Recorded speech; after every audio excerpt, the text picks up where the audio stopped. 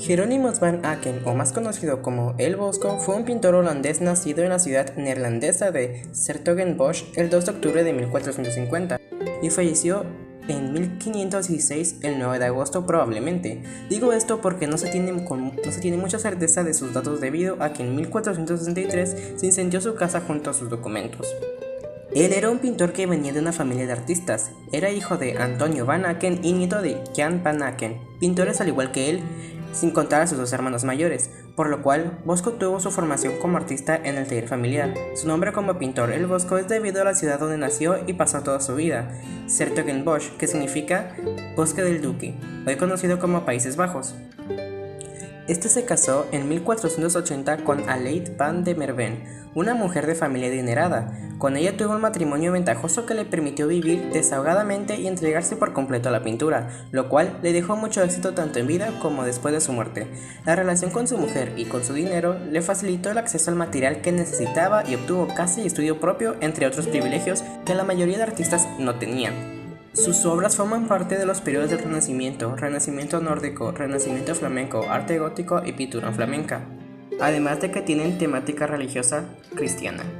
Cosa curiosa es que a finales del siglo XV empezó a firmar sus cuadros como Hieronymus Bosch, haciendo más fácil identificar sus obras más allá de su técnica, aunque eso no fue del todo eficiente, ya que había artistas que lo copiaban o se inspiraban en él, o simplemente farsantes para obtener ganancia.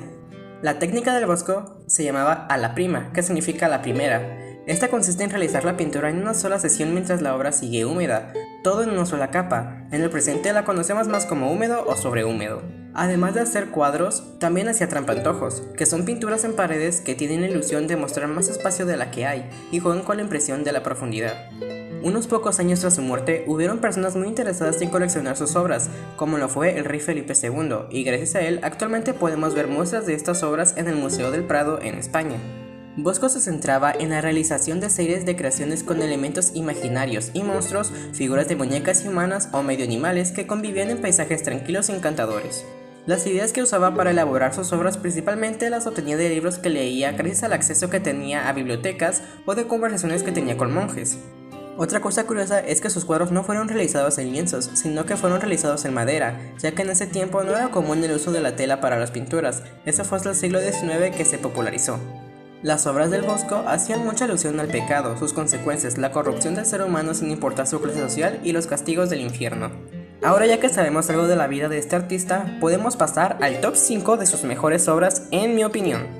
En el puesto 5 tenemos la obra llamada Visión del Más Allá.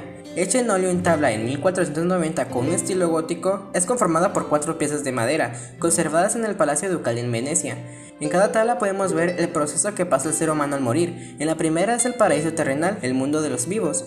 La segunda son las almas guiadas por ángeles al más allá. Aquí podemos ver cómo representa a los ángeles con una forma humana. Y la tercera es la caída de los pecadores al infierno. Y la última son los pecadores siendo castigados en este.